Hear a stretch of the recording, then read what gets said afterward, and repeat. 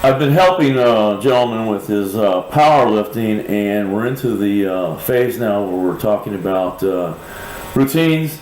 And I went back to an old video of a seminar that Brad Stevenson did for me back in the early 90s, and wrote down Brad's powerlifting routine, probably what he would have used for like the senior nationals or when he went to Moscow and competed in the 220-pound division with Ernie Frantz's entourage in 1988, I think it was. And it's quite complicated, and I know it's going to seem complicated to you, but you know, Brad was one of the great powerlifters and a true powerlifting scientist. So don't take this lightly. This is cutting edge. This is you know, the cream of the crop. So to reveal this to you folks, again, you know, don't blow it off. I know most people can't do this, but at least take a look at it. If one person benefits from this, it'll be worth all the work that I put into this. Now I'm going to post this up on the screen, this cycle, and there's been some formatting problems because I'm bringing it in out of Word into this video editing program. So, but what he's done is he's got a 20-50 total. That's his goal. And his squat goal is 800 pounds. His bench press goal is 500 pounds. And the deadlift goal is 750 pounds for a 20-50 total. And so, as you know, we backwards write our program. And he backs off 40 pounds each week for 12 weeks. So he starts fairly light. Now, here's the thing. You know how you'll say, well, I've got to do 5 reps for this set, for this week. He doesn't do that. He leaves that open to himself, depending on how he feels, so that he doesn't overtrain, and he's always able to finish out the cycle. Now his assistance work is very heavy initially because his percentages, his beginning numbers on his lifts are so light. Now when he gets into, you know, like halfway through the cycle, when his work sets are heavy, then he lights up his assistance work to, like, you know, 10 to 15 reps.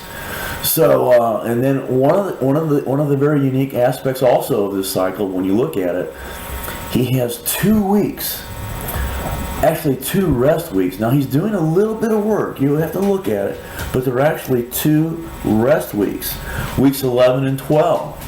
Okay, so you know, there were about 30 people on his state and national teams that actually used this, and he said they all benefited from it. Only one person did it 100%, and that person got 100% out of it, and that was Vicki Lester. And I think she was a national champion back in the bad old days of the APF. And so take a look at this. Okay, so as you can see, he's left his reps up to himself. They're not written in the program. He goes by feel.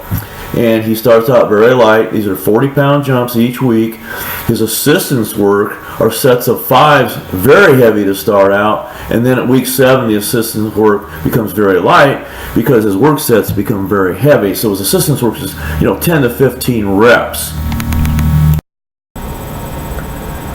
Now, there's one more thing I wanted to mention is that as this cycle progresses, he switches gears with his equipment. So what he does is he starts out with no equipment, and he just goes by feel. He doesn't know when he's going to do this, but he'll add a belt, and then over the weeks he'll add wraps to the belt, and then eventually he'll add a suit to the belt and wraps. So he calls it shifting gears, and you know, he doesn't say it's going to happen in week so and so. He doesn't know. He's going by feel, and that's another important aspect as to being able to complete this successfully. You have to really be in tune with your body. This is an advanced routine. This is not for this is not, you know, like your first routine, right? You're just starting out. No, that's not what this is. But everybody can learn from this. And you know, he spent a lot of time and many years developing this, and I didn't want it to be lost. And so, you know, I wanted to at least write it down for myself. So now I've got it saved, but I didn't want to share it with y'all, everybody out there. And again, this is not a bunch of goofy, you know, advice on YouTube. This is one of the great lifters, one of the most respected and intelligent power scientists that we've had in Illinois, the Midwest, over the years, and a highly respected person. And again, you know, he went to Moscow and won. So what's that tell you? This is Brad at the 1988 APF Senior State in Springfield, Illinois, with an over 800-pound squat. As you can see, he's in really great shape, lean.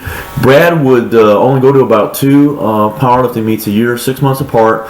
The remainder of the year, he would start off-season with a bodybuilding cycle, go into his power bodybuilding cycle, and his third cycle would be the powerlifting cycle.